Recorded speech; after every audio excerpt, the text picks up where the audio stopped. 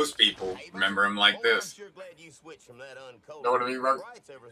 A wide-eyed goof in a denim vest, looking straight into the camera, shouting his catchphrase. Know what I mean, Mark? But Jim Varney was so much more. He was a Shakespearean actor, a comedian who could light up a room, a voice that carried across generations, and, believe it or not, an archer. A man who could pull back a bowstring with the same precision that he delivered a laugh. This is the story of Jim Varney, the man behind Ernest. Jim Varney was born in Lexington, Kentucky on June 15th, 1949. From the start, he was a southern boy with a mischievous spark. Friends and family remember him as a natural mimic. Young Jim could imitate voices, faces, and even his teachers so perfectly it would leave his class in stitches. But there was something else about young Varney: discipline. While comedy flowed naturally, discipline came through his other passion: archery. Growing up in Kentucky, Jim became an avid archer. He practiced constantly, developing uncanny skill with a bow and arrow. And in a way, archery became the perfect metaphor for his life. The patience, the focus, the ability to block out distractions until the arrow flies true. These were the same qualities Jim would bring to the stage later. Every laugh he earned, every character he built, it all came from the same discipline he first found with a bow in his hand. By his teenage years, Jim was already performing for friends, family, and anyone who would listen. Teachers noticed he had a rare gift. He could switch from dead serious Shakespeare to wild slapstick in the blink of an eye. He attended Lafayette High School, where he leaned into drama, competing in plays, and sharpening his craft. And by the age of 15, he was already winning statewide competitions for acting. That's right. Before Ernest, before commercials, and before the world ever knew his name, Jim Varney was a serious stage performer. And yet he always carried that playful Kentucky humor with him. It's easy to think Ernest was born overnight, but Jim's journey was years in the making. A journey that began in Lexington with a boy who loved to make people laugh and a young man who could strike a bullseye from 50 yards away. By the time Jim Varney graduated high school, he was already a star in his own right, at least in Kentucky. His teachers pushed him towards the stage.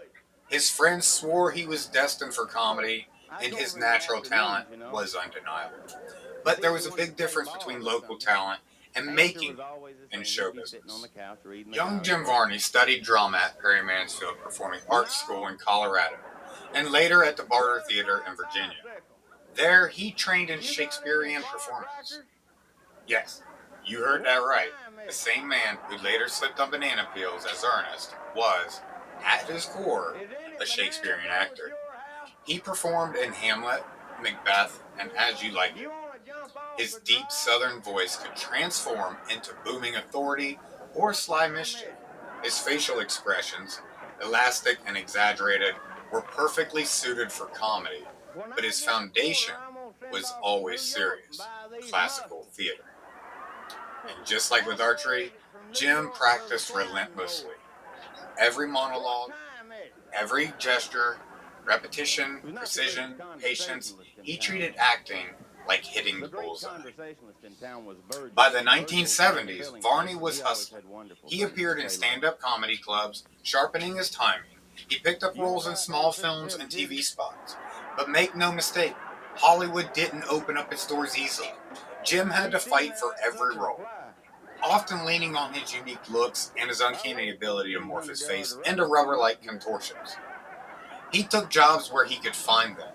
Guest appearances on shows like Johnny Cash and Friends, Fernwood Tonight, and Operation Petticoat. And while his talent was clear, the big breakthrough still hadn't come. Jim Varney was the kind of performer who could make an audience howl. But for years, Hollywood didn't know what to do with him. He was too strange, too expressive, too unpredictable. They couldn't put him in a box. So Jim made his own. In the early 1980s, opportunity came knocking in an unexpected way. Commercials. Varney was cast as Ernest P. Worrell, a fast-talking, bumbling, overly enthusiastic neighbor who never stopped pestering his unseen friend, Vern. The formula was simple. Ernest, a wide-eyed, grinning, would lean into the camera as if Vern was behind it and ramble about a product. Hey Vern, you gotta try this new soft drink. You know what I mean? It was supposed to just be another commercial campaign, but something clicked. Audiences loved Ernest. His silly grin, his wild expressions, his childlike energy. The commercials were so popular, Ernest quickly jumped from local ads in Kentucky to regional, then national, and then suddenly, Jim Varney had a character that connected with millions. After years of struggle and rejection and hard work, Jim found his breakout role, not on the Shakespearean stage, but in a living room commercial. Ernest P. Worrell wasn't just a character. He was lightning in a bottle. Then, all of a sudden, Ernest wasn't just selling products anymore. He was selling himself. By the mid-1980s, Ernest became a pop culture icon. Kids loved him, parents recognized him, and brands lined up to cash in on his goofy charm. The character grew so popular that it leapt beyond commercials into a television show. Hey Vern, it's Ernest. And eventually into a series of films still loved to this day. What started as a small-time ad gig had become a full-blown career. Jim Varney had finally arrived. The struggling Shakespearean actor, the hustling comedian, the boy with a bow in Kentucky, was now one of the most recognizable faces in America. The world knew him as Ernest, but Jim was just getting started. Next, we jump into the rise of the Ernest and the movies. This is where Jim Varney really became a household name. By the mid-1980s, Ernest wasn't just a character anymore. He was a phenomenon. What began as a quirky pitchman and local ads had exploded into one of the most recognizable comedy acts of the decade. Kids quoted him, parents tolerated him, and America couldn't get enough of Ernest P. Worrell. In 1987, the very first Ernest feature film hit theaters. Ernest Goes to Camp. It was everything you would expect. Slapstick, heart, and that lovable doofus Ernest trying to save the day. And here's the surprise. It was a hit. The film made nearly $25 million at the box office. An incredible success for a movie based on a commercial character. Suddenly, studios saw dollar signs. Hollywood had a new cash cow, and his name was Ernest. You know what I mean? Over the next decade, Jim Varney became the face of a whole string of Ernest movies. Ernest Saves Christmas, 1988, where Ernest helps Santa find a successor. Ernest Goes to Jail, 1990, with Jim pulling double duty as both Ernest and an evil criminal look-alike in prison. Ernest Scared Stupid, 1991, a Halloween cult favorite, where Ernest accidentally unleashes trolls. Ernest Rides Again in 1993, Ernest Goes to School in 1994, Slam Dunk Ernest in 1995, and still more. Each film carried the same goofy charm, the same wide-eyed silliness that made Ernest a hit with kids everywhere. Critics didn't always love them. In fact, many reviews were harsh. But here's the truth. The audience didn't care. Ernest wasn't made for the critics. He was made for the kids, for families, for anyone who just wanted to laugh. Behind the scenes, Jim Varney poured his heart into Ernest. He gave 110% to every gag, every pratfall, every bug-eyed stare into the camera. He was fearless, throwing himself into walls, dangling from ceilings, making a complete fool of himself, all to get a laugh. And just like archery, there was precision in the chaos. Jim studied how to land a joke, how to time a pratfall, so it was funny and not painful. Ernest may have looked clumsy, but Jim Varney was a marksman.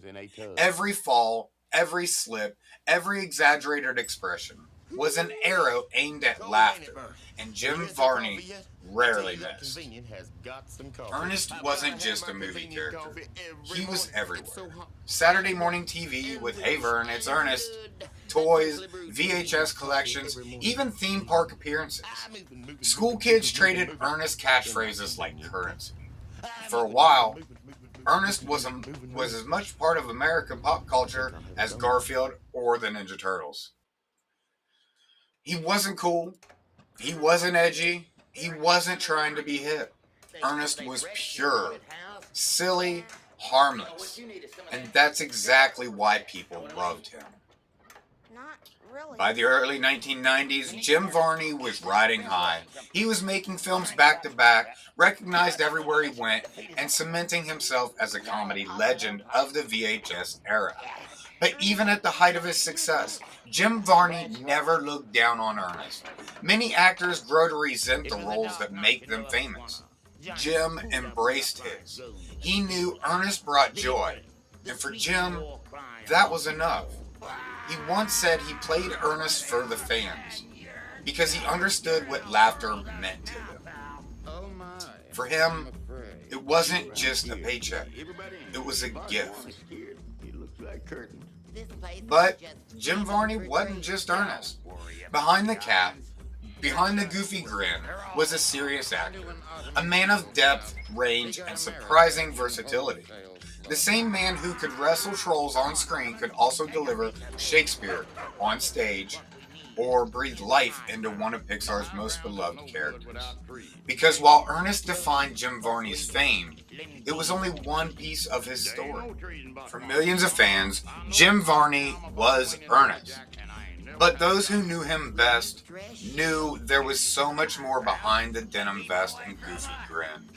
Jim was an artist, a man with range, a man who never stopped surprising you. While playing Ernest had made him a household name, Jim Varney longed to show he could do more. And in 1993, he landed the role of Jed Clampett in the film adaptation of The Beverly Hillbillies. It was a role that let him flex his acting chops beyond Ernest, and critics praised his performance as genuine and respectful to the original. Varney also took guest roles on TV and in smaller films, reminding audiences that he wasn't just a one-trick pony. His training in Shakespeare, his command of voice and timing, it all came through when given the chance. He may have been typecast in Hollywood's eyes, but Jim never stopped proving he was more than Ernest. And when the right part came along, he delivered every time. In 1995, Jim Varney's career took a new turn with the release of Pixar's Toy Story. Varney voiced Slinky Dog, the loyal, down-to-earth toy with a southern twang and a heart of gold. The role was a perfect fit. Slinky wasn't flashy, he wasn't loud, he was supportive, kind, and funny in a subtle way. Just like Jim. Golly Bob Howdy, one of Slinky's signature lines, carried Varney's warmth straight into the hearts of a new generation. For many kids in the 90s, they didn't even realize it, but the voice of Ernest was right there with them in Pixar's groundbreaking masterpiece. Jim Varney had gone from commercials to classics. He returned for Toy Story 2 in 1999, even while battling illness. His dedication to Slinky was so strong that he recorded lines despite his worsening health. Throughout all of this, Jim never lost his archer's mindset. Archery had taught him precision, discipline, and patience as a boy. Those same traits guided him as an actor. Think about it. An archer lines up the shot, breathes, and releases at the perfect moment. Jim lined up his comedy, waited, and delivered the punchline with exact timing.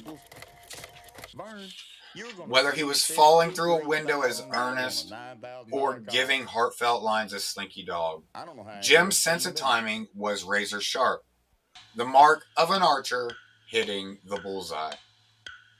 Comedy was his bow, laughter was his arrow, and every time Jim Varney performed, he hit his target. Even though Hollywood often overlooked him, his peers in the industry respected his craft. Directors praised his work ethic, co-stars admired his generosity and warmth on sets. Animators at Pixar cherished how he brought Slinky Dog to life with such sincerity. And the fans, whether they knew him as Ernest, Jed, or Slinky, loved him for the joy he gave freely. But behind the laughs and applause, Jim was still human. He carried struggles like all of us. And as the 90s wore on, those struggles began to catch up with him. Behind every performer's smile, there are stories the audience never sees. For Jim Varney, life wasn't always as lighthearted as Ernest's slapstick adventures. Behind the scenes, he carried struggles, personal, professional, and physical, that shaped the man beneath the laughter. Jim Varney was known to friends and colleagues as humble, generous, and deeply loyal. Despite his fame, he remained the same Kentucky boy at heart. He loved music, cars, and spending time with his friends and family. He was also known for his sharp intelligence, quick-witted with an almost photographic memory for lines and performances. Yet, he was also a private man. Unlike Ernest, who thrived in the spotlight, Jim often retreated when the camera stopped rolling. Jim gave his all to his characters, but when the lights dimmed, he often preferred quiet over crowds. Fame brought success, but it also carried a burden. For many audiences, Jim Varney was Ernest, and only Ernest. Hollywood often failed to see beyond the overalls and goofy grin. Varney longed for more diverse roles to show the depths of his training and his ability as a serious actor. But the shadow of Ernest loomed large, making it difficult to break free. For a man who could deliver Shakespeare with conviction, it was frustrating to be boxed into slapstick. Yet Jim never turned his back on Ernest. Because for him, Ernest wasn't a trap, he was a gift to the fans. The greatest challenge of Jim's life, however, was his health. Varney was a lifelong smoker, a habit that began when he was young and one that would eventually cost him everything. By the late 1990s, he developed a persistent cough. Doctors diagnosed him with lung cancer. Despite the diagnosis, Jim continued to work. He voiced Slinky Dog in Toy Story 2, recorded lines in between his treatments, and kept up appearances for the fans as long as he could.